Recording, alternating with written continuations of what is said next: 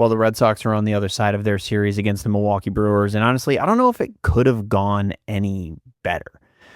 At the end of the day, walking into this series, the Red Sox had won 2 games, both of their opening day games. Funny enough, the first one against the Cincinnati Reds on opening day, and then the second one on the season opener over at Fenway Park for the home opener against the San Diego Padres. Now, 3 series into the season, the Red Sox looked like they were completely done.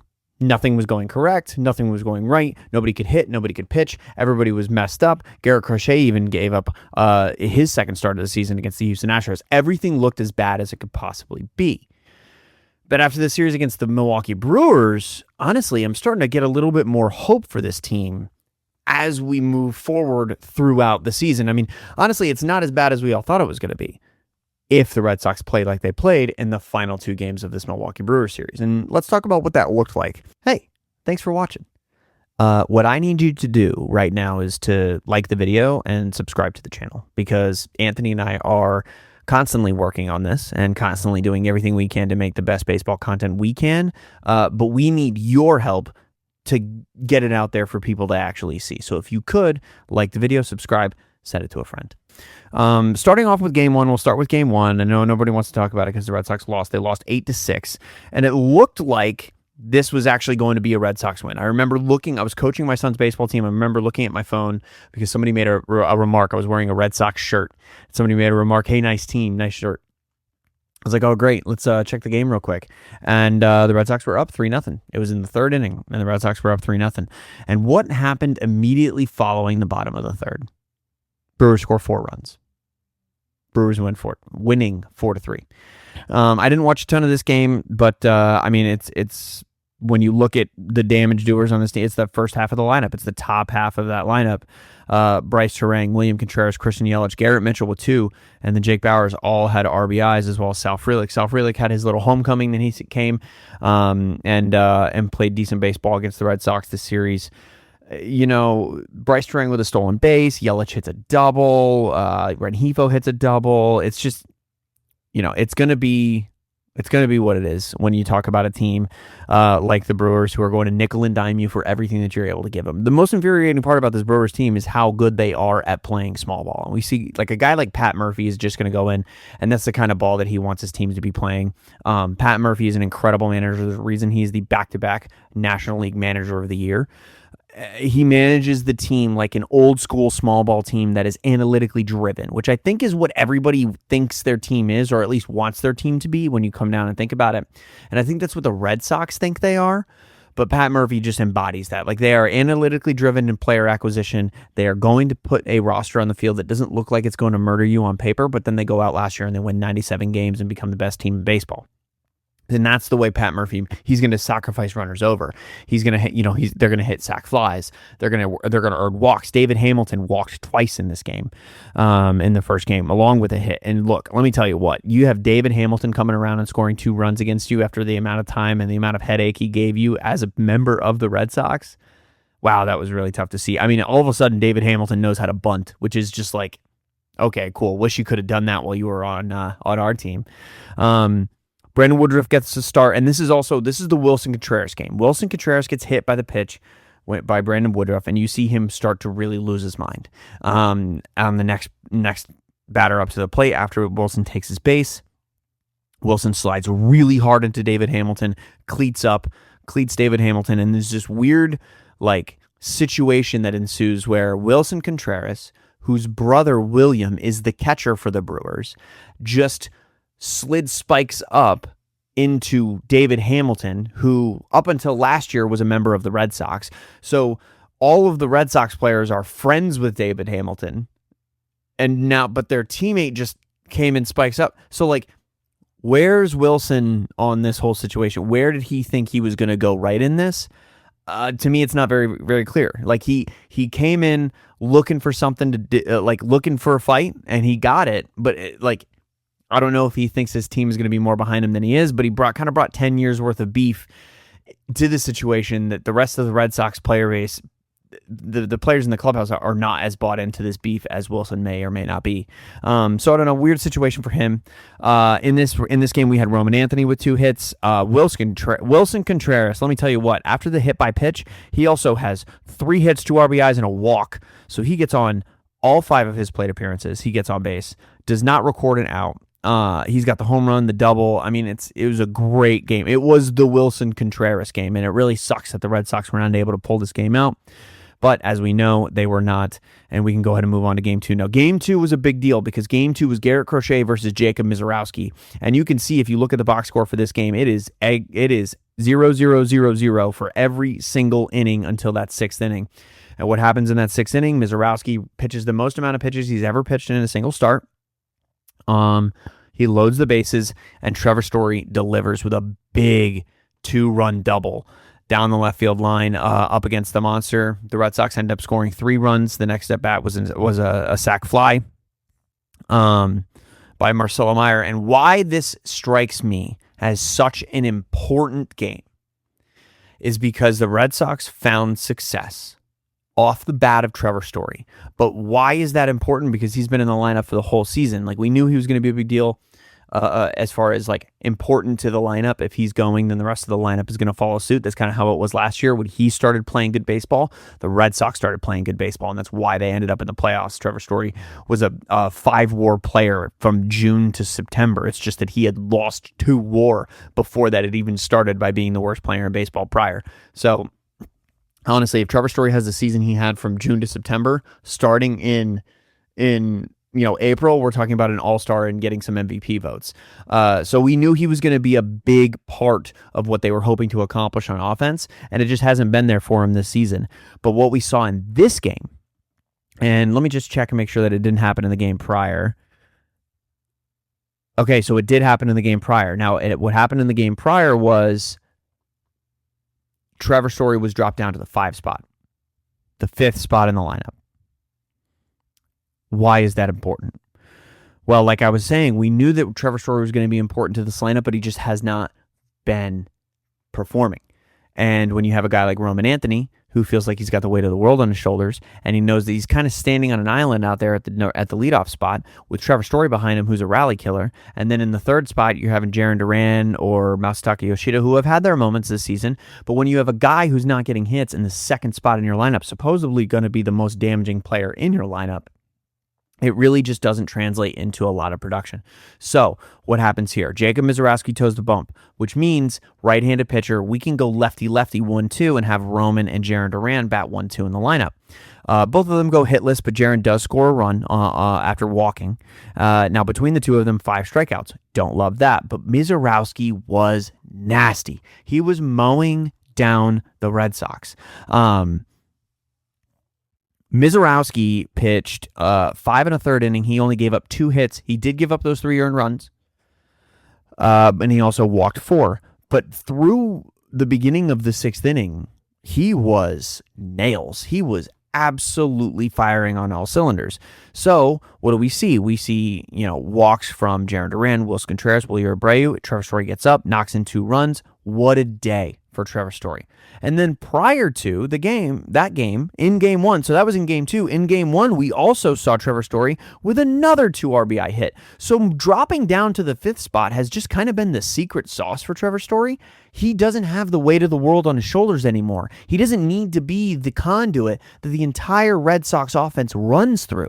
And I think that it's doing great stuff for his mental because he has come out and performed in Games 1 and 2 of this series. And then looking at Game 3, Trevor Story again with a hit, 2 RBIs. So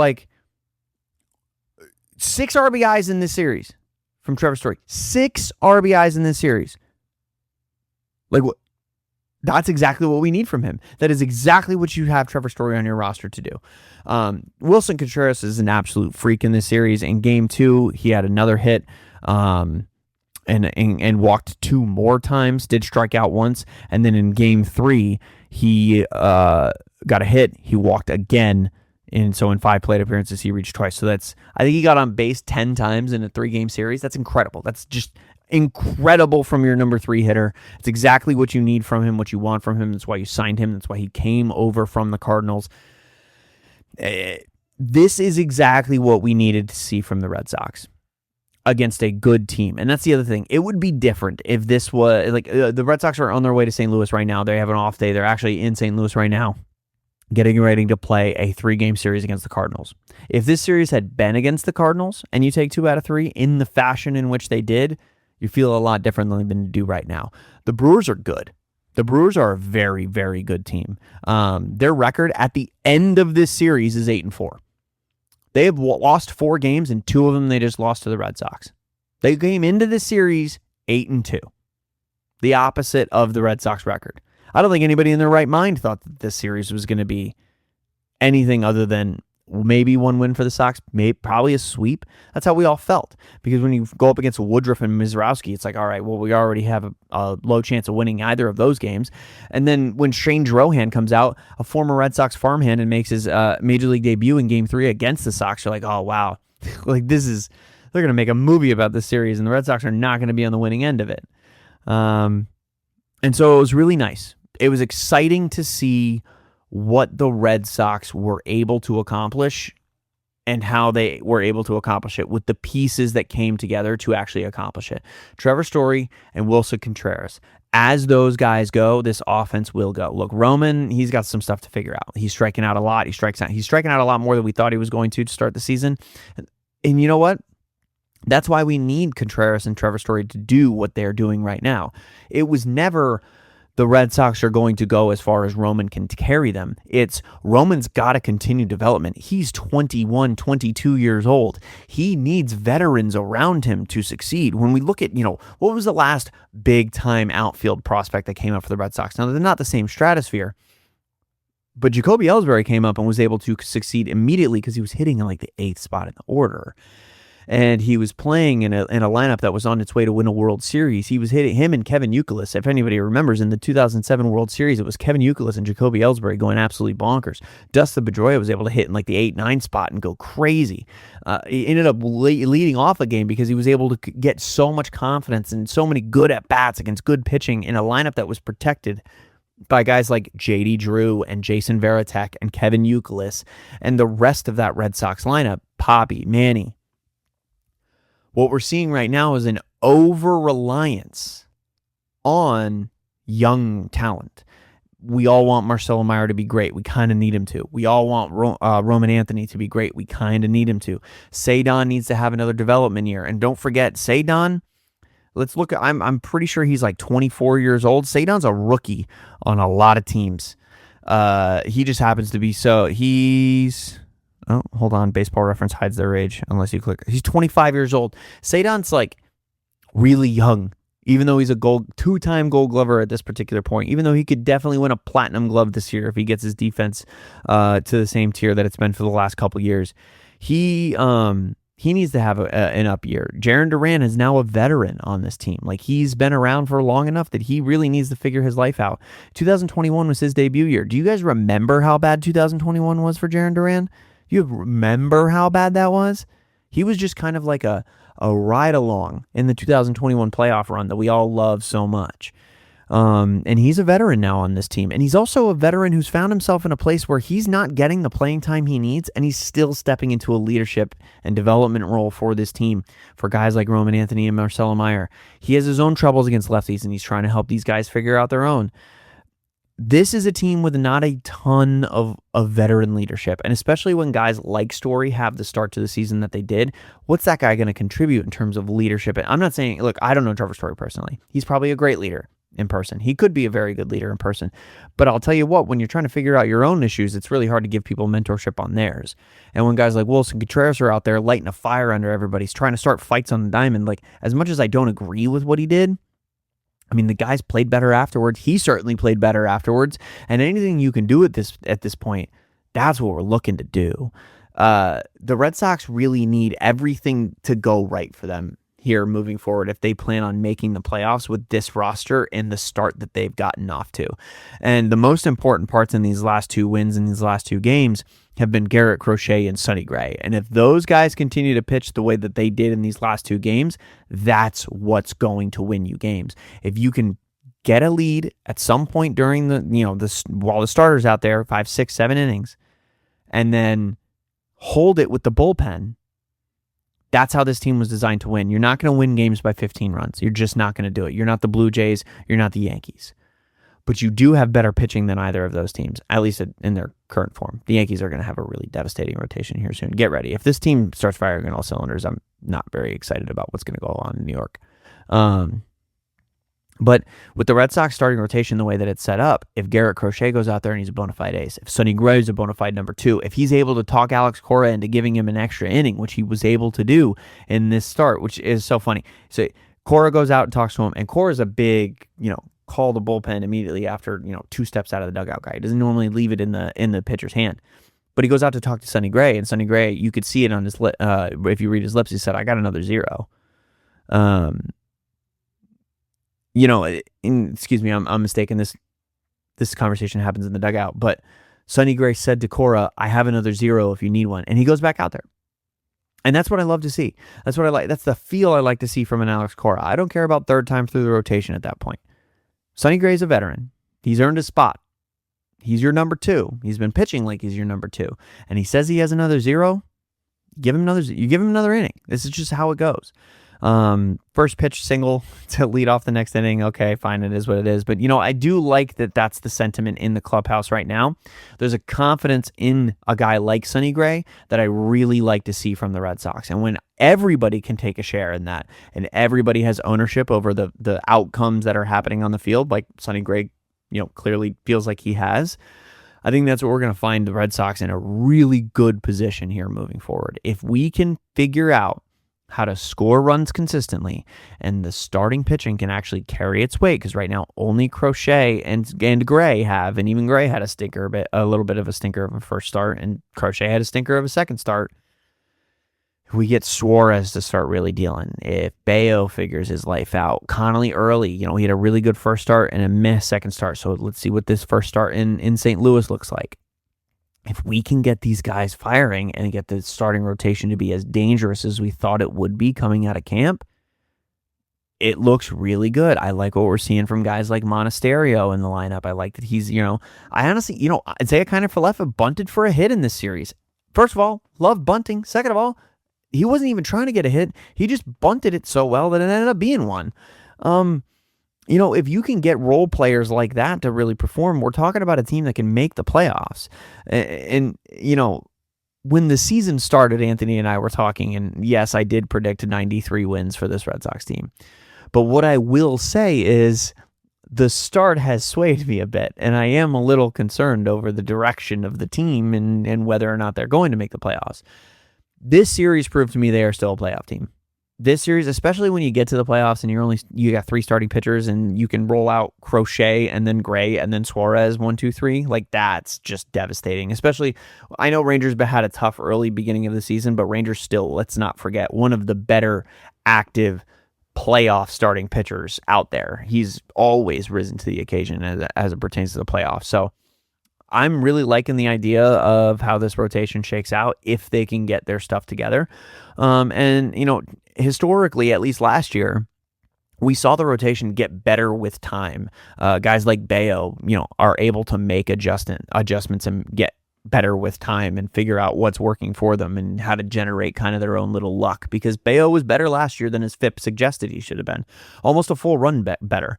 So if we can continue that model and Andrew Bailey can find the pieces of this puzzle that the Red Sox are able to, contribute, then I think that that's something that they're going to need to do. The Red Sox pitching is going to be paramount. And the problem right now, and this is an early season problem that normally shakes out this way. The problem right now is that starting pitchers are not pitching enough innings. And so that's why it's so important when a guy like Sonny Gray goes out there and tells Alex Cora, I want another inning, because the bullpen's got a lot of work.